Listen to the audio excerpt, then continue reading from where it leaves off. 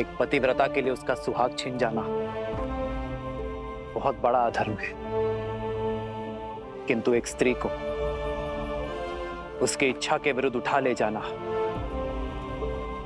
उससे भी बड़ा अधर्म है देवी। और जो आपके पति ने किया और साथ में अधर्मी का साथ देने वाला अपने धर्म से अधर्मी की ढाल बनने वाला उससे भी बड़ा अधर्मी होता है देवी। एक पत्नी होने के पूर्व आप एक स्त्री हैं, और एक स्त्री जब दूसरी स्त्री की पीड़ा से विमुख हो जाए तो उसका कर्म भी अधूरा होता है और धर्म भी। और जो धर्म को छले उसे उसके ही अस्त्र से मारने में ना ही कोई छल है और ना ही कोई अनीति। एक पतिव्रता का वास्तविक अर्थ है अपने पति को धर्म के पथ पर ले जाना, उसकी अधर्म से रक्षा करना, और इस कार्य में आप असफल हुई देवी, क्योंकि आपने अपने धर्म को केवल स्वयं तक सीमित रखा। अपने पति को धर्म के पथ पर ले जाने की चेष्टा के स्थान पर आपने अपने वरदान से उसके अधर्म को कवच दिया। एक स्त्री के साथ हुए अन्याय से अपने नेत्र मूंद कर आपने स्त्री धर्म का अपमान किया। अपने पति के प्रेम में आप उसका पाप नहीं देख पाए। अगले जन्म ये भूल मत कीजिएगा देवी। अगले जन्म आप अपने पति को धर्म की प्रेरणा दीजिएगा ताकि आप दोनों को मोक्ष प्राप्त हो जाए। पति पत्नी एक दूसरे के पूरक होते हैं देवी।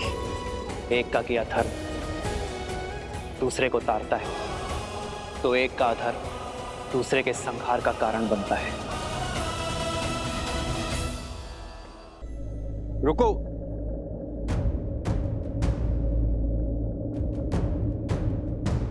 रुकने का समय नहीं है भद्र, हमें शीघ्रता दिखानी होगी।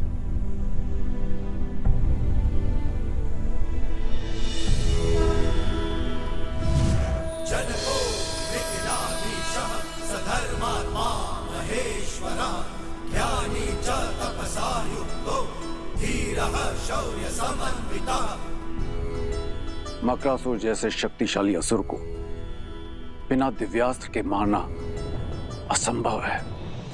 ये नानाद का वान है, भगवान वाल्मीकि के शिष्य, और इतने वीर योद्धा अवश्य ही इस धरा को मकरासुर के आतंक से मुक्त करा देंगे। इसे रखो, ये तुम्हारी रक्षा करेगा।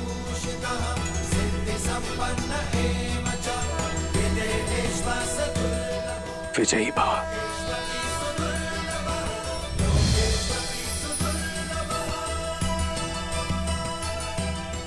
धन्यवाद भद्र।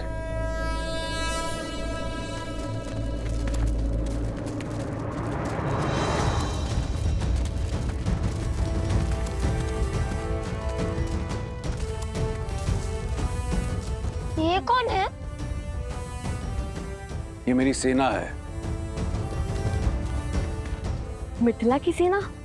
मैं मिथिला नरेश जनक हूं। माता सीता के पिता? अयोध्यापति राजा राम के ससुर।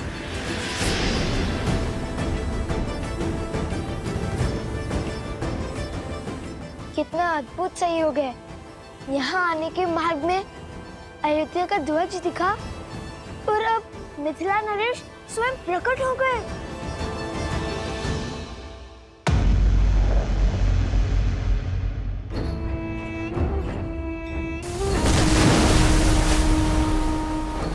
टूट गया बांध, टूट गया बांध। उठो, उठो मकरासुर, उठो।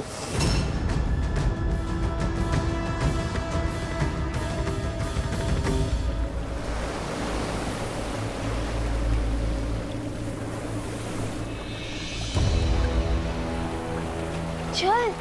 लगता है हमारा बांध टूट गया है। शीघ्र चलो कुश। निश्चिंत रहो, बांध तोड़ने वालों को मेरी सेना परास्त कर देगी। तो अपनी माता की रक्षा करें। क्या धन्यवाद महाराज। आप ये प्रतीक्षा कीजिए, हम अभी आते हैं। तुम वीरों की माता से मिले बिना मैं कहीं नहीं जाऊंगा। अवश्य।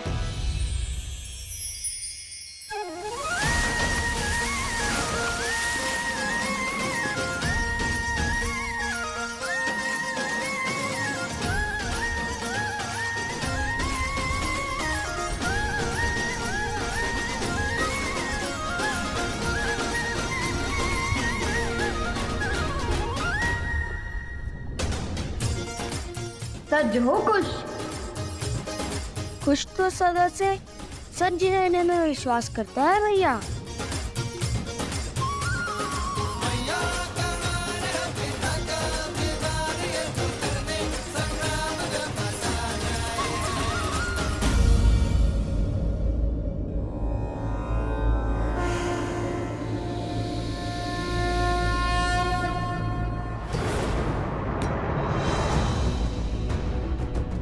वो दोनों इसी दौर आ रहे हैं मकरासुर। समय कम है, शीघ्र अतिशीघ्र सीता का तप तोड़ना होगा। जल प्रवाह के साथ तुम्हारी शक्तियां भी लौट आई है। यदि उसका तप पूरा हुआ तो धर्म का पलड़ा भारी हो जाएगा। तुम्हारा और हमारा अधर्म अपना तेज खो देगा। फल्गु नदी पुनः शुद्ध हो जाएगी। अब तक तो समझ ही गए होंगे ना कि सीता कोई साधारण स्त्री नहीं है। साधारण हो या असाधारण, मैं इस पर अपनी शक्ति व्यर्थ नहीं करने वाला। आने दो सीता के पुत्रों को। अब संतान की चीख ही माता का तप तोड़ेगी। मेरे लिए गंतव्य महत्वपूर्ण है, मार्ग नहीं। परंतु स्मरण रखना, अहंकार और आवश्यकता से अधिक आत्मविश्वास तो दशानंद रावण को भी ले डूबा था। ये मेरा अहंकार नहीं, मेरा विश्वास है। कोई साधारण शस्त्र मेरे तन को नहीं भेद सकता। इन बालकों की मृत्यु आज निश्चित है। मकरासुर, त्रिलोकपुरी में कुछ अनिष्ट घटा है। मुझे प्रस्थान करना है मकरासुर, किंतु लक्ष्य मत चूकना। राक्षस कुल का भविष्य तुम्हारे हाथ में है।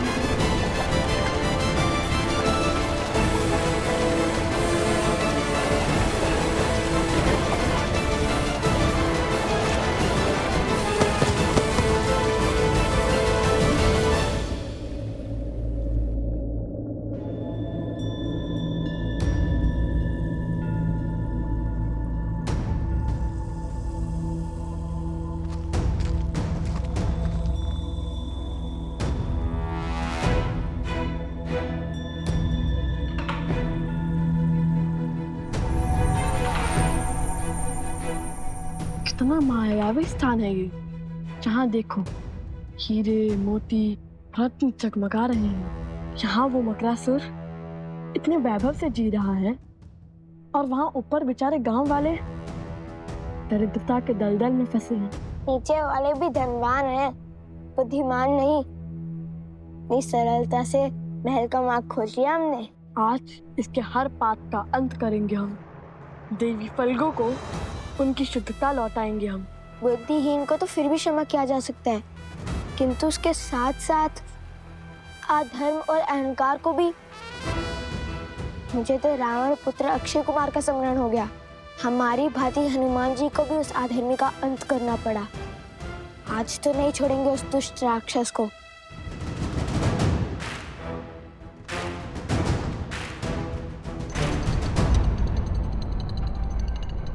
उफ भैया, ये मकरासुर नहीं, मूर्खासुर है। कम से कम द्वार तो बंद कर लेता। यदि इसे हमारे जैसे गुरु मिलते तो ज्ञान भी मिल जाता उसे। किसी को मूर्ख समझना अहंकार का भाव होता है कुश। इसे मन में मत आने दो। और यदि मकरासुर को हमारे जैसे गुरुवर का सानिध्य मिला होता तो फिर वो मकरासुर नहीं मकरदेव होता ना कुश। बात तो उचित कही भैया। चलो सावधान रहना कुश, यह हमारे शत्रुओं का बिछाया हुआ कोई जाल भी हो सकता है।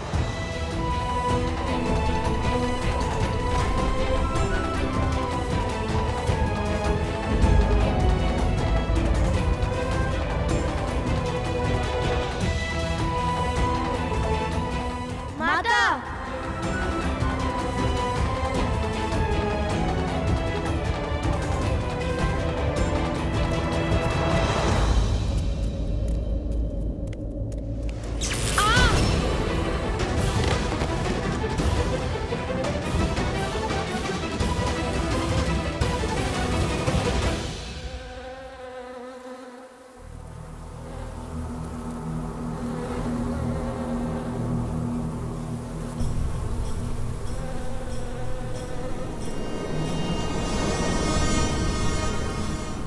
क्या समाचार लाया?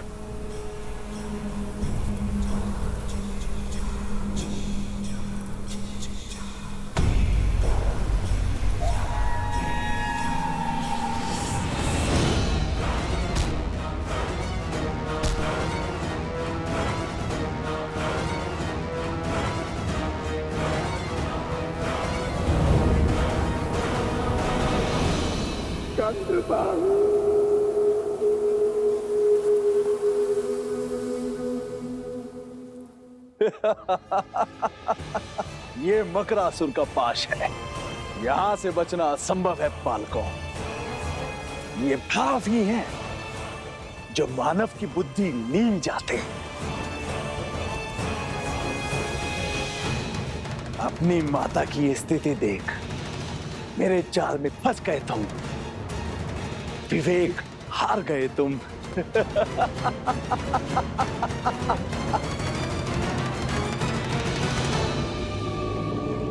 अब बताओ, मूर्ख कौन है, मैं या तुम? छिपकर दूसरों की बातें सुनना बुरी बात है मकरासुर। और जिसमें बुद्धि होती है वैसे बुद्धिहीन कार्य नहीं करते। ये मेरी ओर से।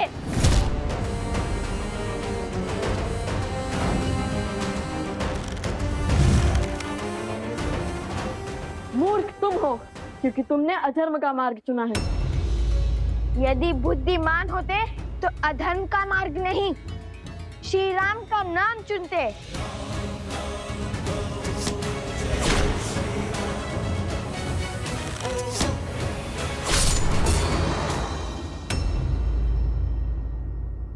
करो प्रयास। ये मकर की त्वचा है और मैं मकरासुर। तुम्हारा कोई बाण मुझे भेद नहीं सकता। ये नानाद का वान है। अवश्य इस धरा को मकरासुर के आतंक से मुक्त करा देंगे।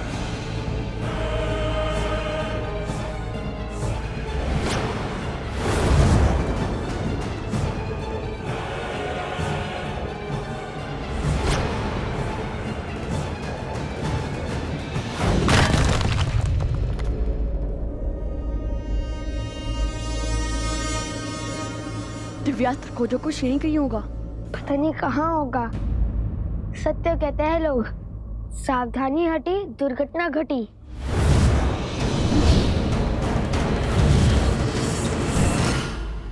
कुछ क्या कर रहे हो? ठीक है, मानता हूँ। अब अधिक सावधान हूँ। ईक्षा मांगो, पग पड़ो मेरे। कदाचित दया दिखाकर छोड़ दूं तुम्हें, अन्यथा आज तुम्हारी मृत्यु निश्चित है।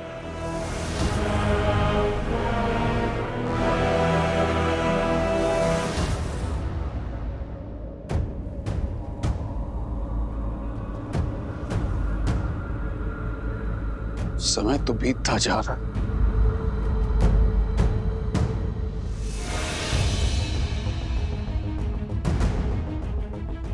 भैया वो रहा। आप अस्त्र उठाइए, मैं इस मूर्ख का ध्यान भटकाता हूँ। सावधान रहना कुश।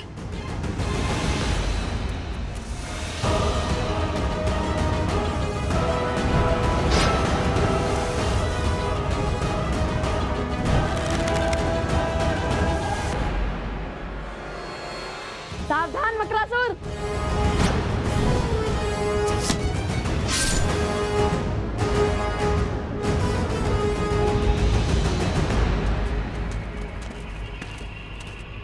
बांध को तोड़ने वाले सभी असुरों को हमने मार गिराया। अब उनमें कोई भी शेष नहीं बचा। बचा है उन असुरों का महाराज नंदन बान नहीं, असंभव। धर्म के पथ पर चलने वालों के लिए सब संभव है मकरासुर। नियति हमेशा अधर्मी से अपना मुख मोड़ती है, सदा धर्म का साथ देती है, जैसे आज दे रही है। मकरासुर, ये बाण तो भेज सकता है ना तुम्हारा मकर त्वचा। मृत्यु के लिए सज्ज हो जाओ मकरासुर। बाण चलाइए भैया। नहीं, हम धर्म मर्यादा पुरुषोत्तम श्री राम के भक्त हैं। वो हमेशा अधर्म को एक अंतिम अवसर देते हैं और हम भी देंगे। बोलो मकरासुर, क्या तुम क्षमा मांगकर अधर्म के पथ को छोड़कर धर्म के पथ को अपनाओगे? ये क्या कह रहे हैं भैया? श्री राम का अनुसरण कर रहा हूँ कि यदि वो यहाँ होते तो इस अधर्मी को सुधरने का अंतिम अवसर अवश्य देते। हाँ देते तो सही। बोलो मक।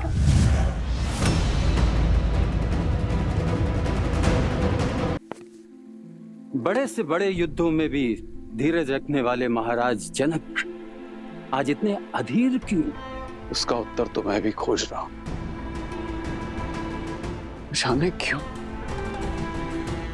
ऐसा प्रतीत हो रहा है कि इन बालकों के साथ कोई विशेष नाता है मेरा। मेरे अपने हैं, मेरा रक्त दौड़ता है इनमें। संबंध और स्नेह की जाने किस भंवर में बह रहा हूं। कहा था ना भैया मैंने, सावधानी हटी दुर्घटना घटी।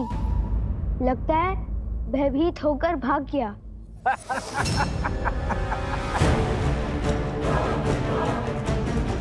देख क्या रहे हो?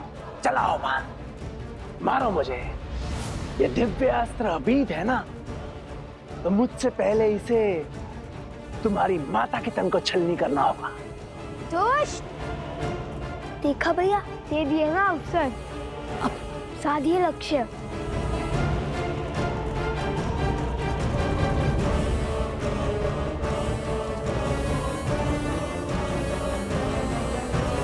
ये तो माता के पीछे से हट ही नहीं रहा है। तुम माता को हटा देते हैं। हटिए माता। नहीं, माता ने प्रण लिया है कि जब तक उनका तप पूर्ण नहीं होता वे अपना ध्यान नहीं तोड़ेंगे। उन्हें तो इस स्थिति का आभास तक नहीं होगा।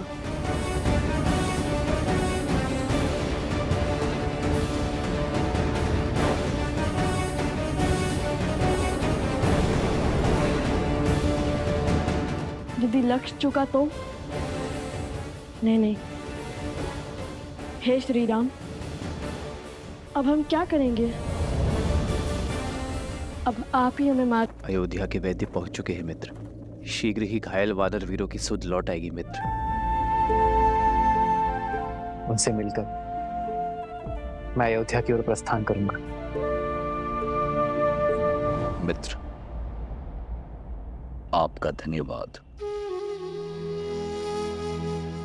धर्म का साथ देने और मित्रता का धर्म निभाने के लिए कैसा धन्यवाद। हनुमान, कल भोर होते ही हम अयोध्या की ओर कूच करेंगे। जैसी आपकी इच्छा प्रभु।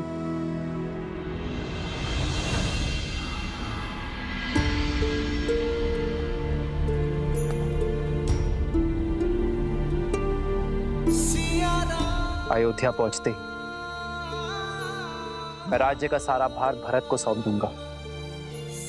फिर अपने महाराज की आज्ञा और धर्म की बेड़ियों से बंधा भरत अपनी पत्नी के साथ राष्ट्र की उन्नति के लिए अश्वमेध यज्ञ करवाएगा। मैं राजभार से मुक्त होकर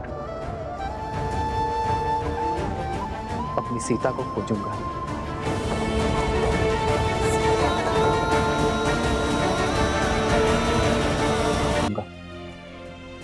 फिर अपने महाराज की आज्ञा और धर्म की बेड़ियों से बंधा भरत अपनी पत्नी के साथ राष्ट्र की उन्नति के लिए अश्वमेध यज्ञ करवाएगा।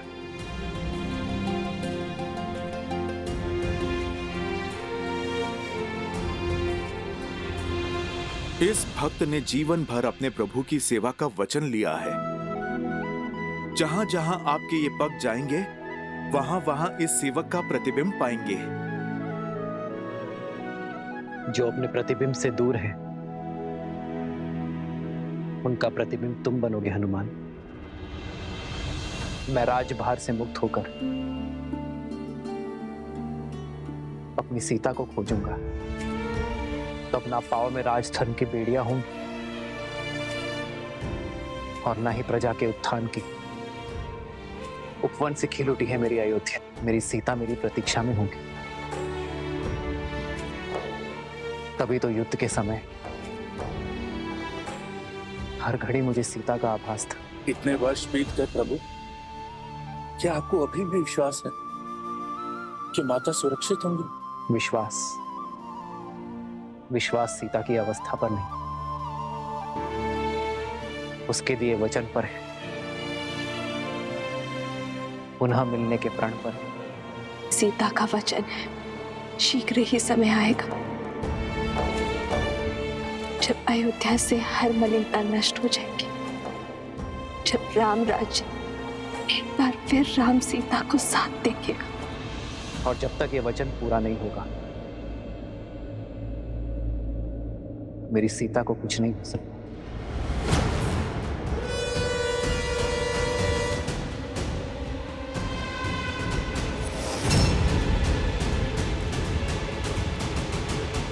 पकड़ो कुश। छोड़ो मुझे, छोड़ो, मारो भैया। छोड़ो, छोड़ो मुझे, छोड़ो। कुश।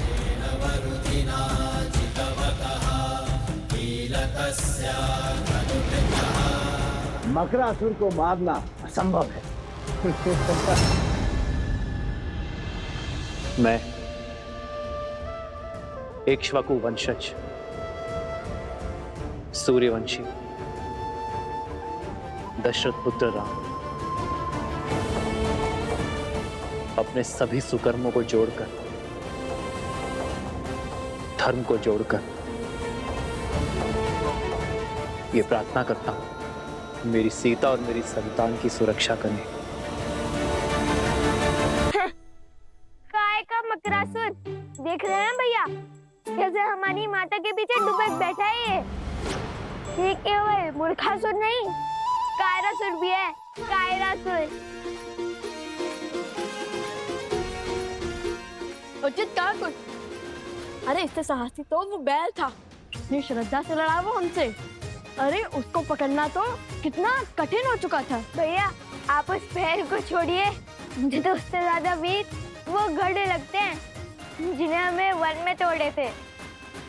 मूर्ख बालकों, मुझ जैसे शूरवीर को एक निर्जीव मटके से तोड़ रहे हो। नहीं छोड़ूंगा, नहीं छोड़ूंगा तुम्हें। सुना है कि जल में इसकी शक्ति चरम पर होती है। जल में ऐसी वीरता है तो जल के बाहर कैसी वीरता होगी। अहंकारी अबोध बालकों, अब एक शब्द और कहा तो प्राण ले लूंगा तुम्हारे।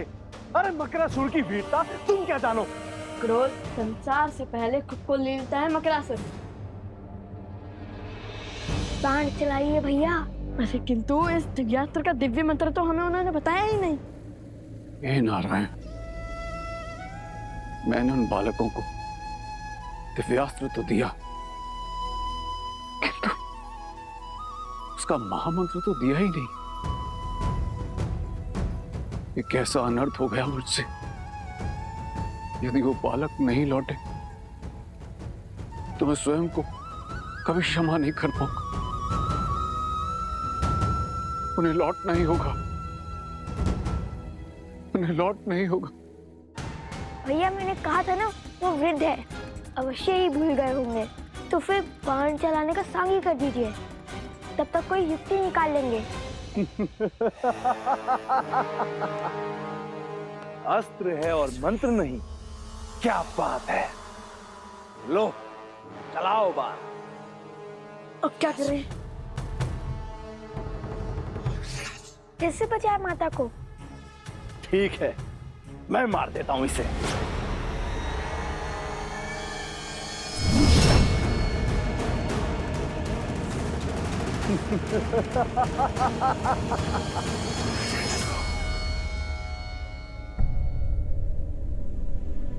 वृक्ष पे बस हरा पत्ता बचा है। लगता है लवकुश मकरासुर से पार नहीं पा सकते। मैं स्वयं जल में जाके उनकी सहायता करता हूँ।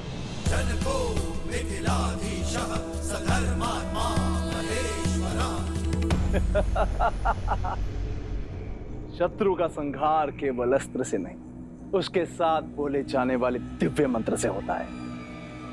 क्या तुम्हारे पिता ने तभी नहीं सिखाया तुम्हें?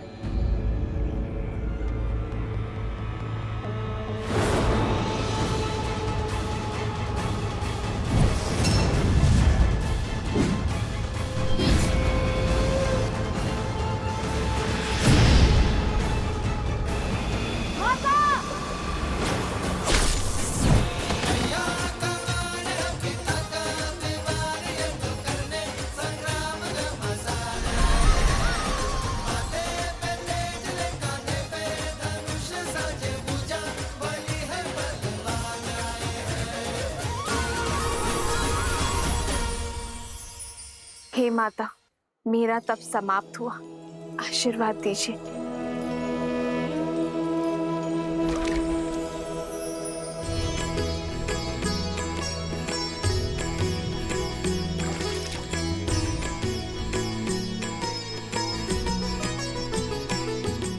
हो लब कुछ बल अतुलित बड़े भाई, धीर लव कुश माता, माता।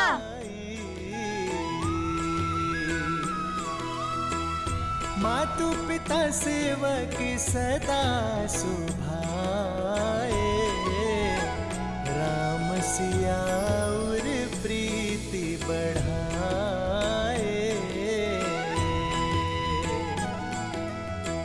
पिता बिनु नित राम ही ध्यावे, मातु सिया पर छत्र फरावे।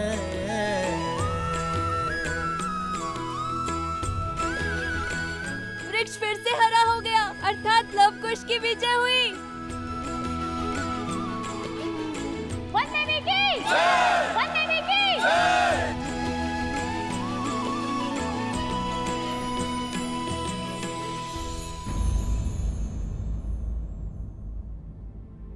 अब तुम दोनों बताओगे कि जब मैं तप में थी तब क्या क्या हुआ?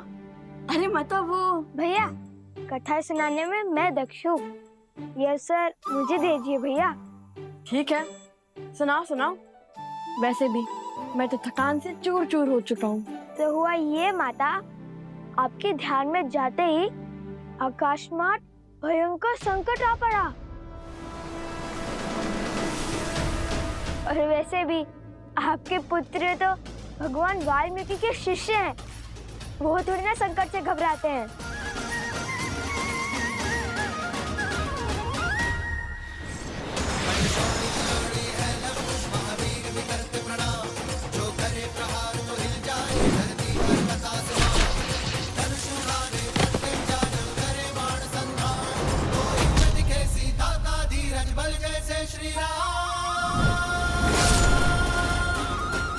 और फिर भैया ने दिव्यास्त्र चलाया। भैया, आपको तो दिव्यास्त्र का मंत्र याद ही नहीं था ना?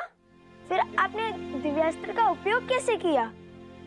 जिनका नाम जपने से सारे कार्य संपन्न हो जाते हैं, जिनकी भक्ति से भव सागर भी तर जाते हैं, जिनके नाम में तीनों लोक समाया है, हर तप हर जप समाया है, जिनके नाम से बड़ा ना कोई मंत्र न ही तंत्र है, उन श्री राम का नाम लेकर मैंने ये दिव्यास्त्र चलाया है। अद्भुत भैया, आपने तो मुझे सोच में डाल दिया था। सुना माता, ऐसे रक्षा की भैया ने आपकी। मैंने नहीं, हम दोनों ने बचाया है आपको। बातों बातों में तो मैं आपको वृद्ध के बारे में बताना ही भूल गया, जिसने हमें वो दिव्यास्त्र दिया, मकरासुर का वध करने में सहायता की, जिनके मार्गदर्शन के बिना उन मकरासुर की त्वचा को भेदना असंभव था। किसकी बात कर रहे हो तुम दोनों? मिथिला नरेश महाराज जनक।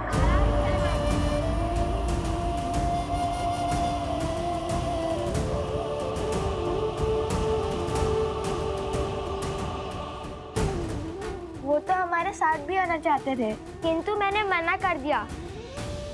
बड़े वृद्ध हो चुके हैं ना वो, इसीलिए। किंतु अभी भी नदी तट पर आपकी प्रतीक्षा कर रहे हैं वो।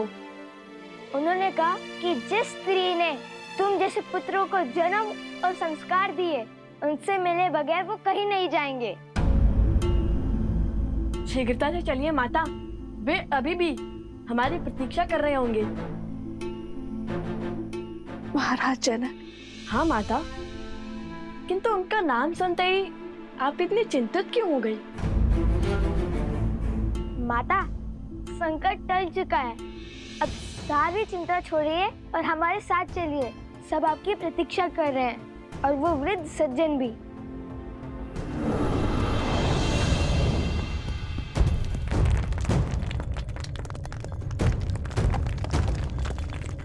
ये क्या हो रहा है? लगता है संकट के बादल अभी नहीं छटे हैं। नहीं पुत्र, ये तो धर्म की जीत का नाद है। पाप के अंत के साथ पाप की सत्ता का भी तो अंत होना चाहिए ना। किंतु माता फल्गु हमें निकलने तो देती। लव, कुश, तुम दोनों किस ओर से आए थे? चलो।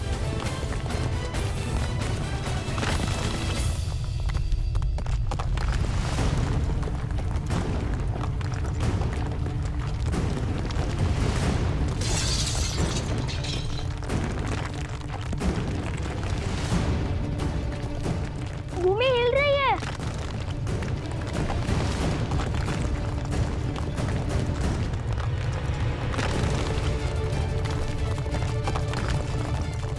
मारे गए।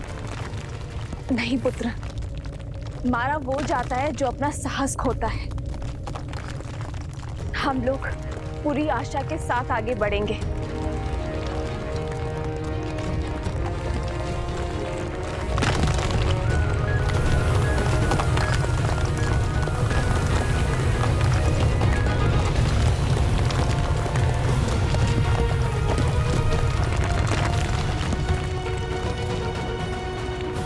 कहाँ रह गए ये लोग? अब तक तो उन्हें आ जाना चाहिए था। मेरा मन तो बहुत घबरा रहा है। धर्म की रक्षा करने वालों को अधर्म कभी भी हरा नहीं सकता। वो आते ही होंगे। लव कुश, मेरा हाथ थामो। हाथ तो आप मेरा थामिए माता। इस रहम का ज्वार में मेरा हाथ छूट सकता है, किंतु यदि आपने मेरा हाथ थामा तो कभी नहीं छूटेगा।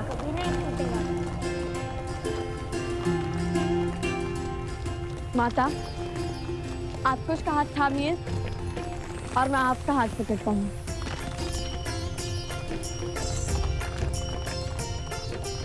आज न माता पुत्रों का हाथ छोड़ेंगी और न पुत्र माता का। वचन है। रघुकुल रीत सदा चली आई, प्राण जाए पर वचन न जाए। राम सिया राम जय जय राम। अधर्म तो मर गया, अब धर्म और मर्यादा की रक्षा आप करना फाल्गु माता।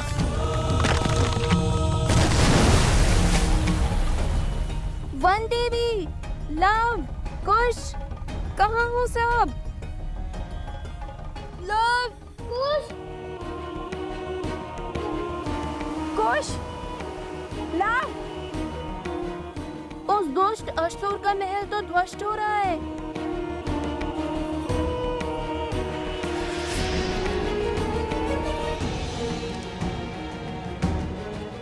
कहीं लव कुश और वंदेवी को कुछ नहीं होगा उन्हें, लौटेंगे, अवश्य लौटेंगे और सुरक्षित लौटेंगे। रात्रि होने को है, प्रतीत होता है हमें उन्हें ढूंढने के लिए सहायता की आवश्यकता पड़ेगी। मैं गांव वालों को लेकर आता हूँ। मेरी सेना भी आपके साथ चलेगी। सेनापति, कुछ सैनिक लेके जाइए इनके साथ।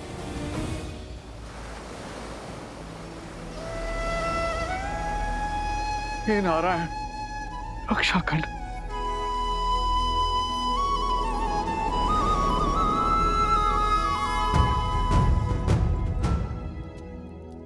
प्रभु, हनुमान, कहो कैसे आना हुआ? प्रभु को कर्तव्य में उलझे देखा तो चला आया ये सेवक सेवा करने। कर्तव्य का भार उतारने की ही तैयारी कर रहा हूं हनुमान। भरत को अयोध्या का राज्य सौंपना है, तो बस अश्वमेध यज्ञ के लिए आमंत्रित अतिथियों की सूची पढ़ रहा था। कर्तव्य और दायित्व केवल बहाने हैं, सत्य तो केवल एक ही है। उस काली रात्रि के पश्चात आप कभी ठीक से सो ही नहीं पाए प्रभु। कदाचित हर रात्रि जाग कर बिताने वाले केवल हम ही नहीं है हनुमान।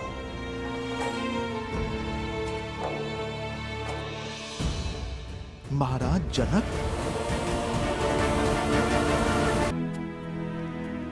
जो क्षमा इतने वर्षों से मैं स्वयं को नहीं दे पाया, आशा करता हूं हनुमान कि मेरी सीता के माता पिता वो क्षमा मुझे दे पाए। प्रभु, बड़े ज्ञानी है महाराज जनक। आपका निर्णय और उसके पीछे का कारण महाराज अवश्य समझते होंगे। जाने से पहले माता सीता ने उन्हें समझाने के लिए पत्र भी तो लिखा था। जानता हूं हनुमान, सीता के समझाने पर वे अवश्य समझे होंगे, किंतु संसार में ऐसा कोई जीव नहीं जो अपने जीवन से पौत्र या नवासे का सुख खोकर दुख नहीं मनाएगा।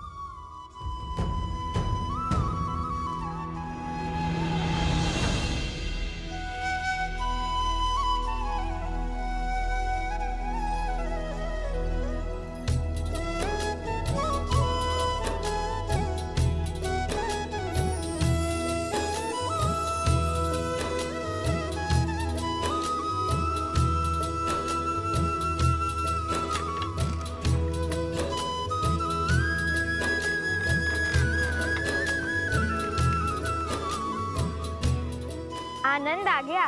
क्या यात्रा थी। लगा मानो देवी फल्गु ने गोद में उठाकर प्रेम भरा झूला झुलाया हो। धर्म के पथ पर कठिनाइयों की धूप के साथ साथ सुकर्मों की शीतल छांव भी आती है पुत्रों। माता, शीघ्र चलिए, महाराज जनक आपकी प्रतीक्षा कर रहे हैं। तो क्या हुआ, भक्त को भगवान की प्रतीक्षा करनी ही पड़ती है। वन देवी है, इतनी सरलता से थोड़ी ही ना जाएंगी कि माता। चले माता। नहीं,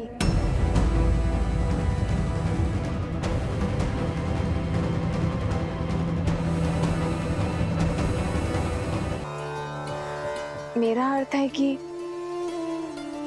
फाल्गु माता ने हमारी इतनी सहायता की, हमें सुरक्षा दी, तो मैं उनके दर्शन कर उन्हें धन्यवाद देना चाहती हूँ। बात तो उचित है। ठीक है कुश, तुम यहीं रुककर माता की रक्षा करो, मैं महाराज जनक को यहाँ लेके आता हूँ। उसकी कोई आवश्यकता नहीं है लव। किसकी आवश्यकता नहीं है? महाराज को लाने की? तुम्हारे यहाँ रुकने की। तुम दोनों जाओ। और वैसे भी अब तो यहाँ किसी असुर का भी भय नहीं है। मैं एकांत में पूजा करना चाहती हूँ। जैसी आपकी आज्ञा। रुको, मिथिला के महाराज से इस दशा में मिलोगे? तनिक अपने केश तो संभाल लो।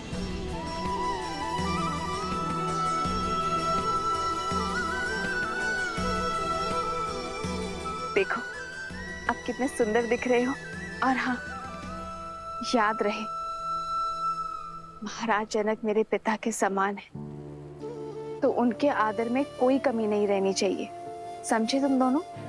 समझे लो भैया, पूरे सम्मान से बात करना। ये लव के लिए नहीं, ये उपदेश तुम्हारे लिए था नटखट। समझ गया।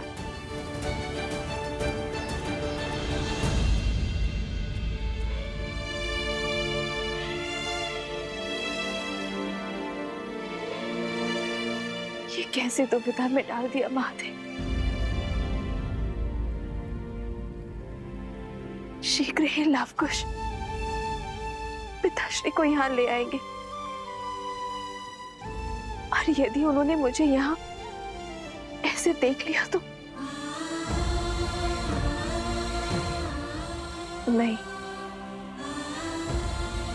जब तक मेरे पुत्र को उनका नाम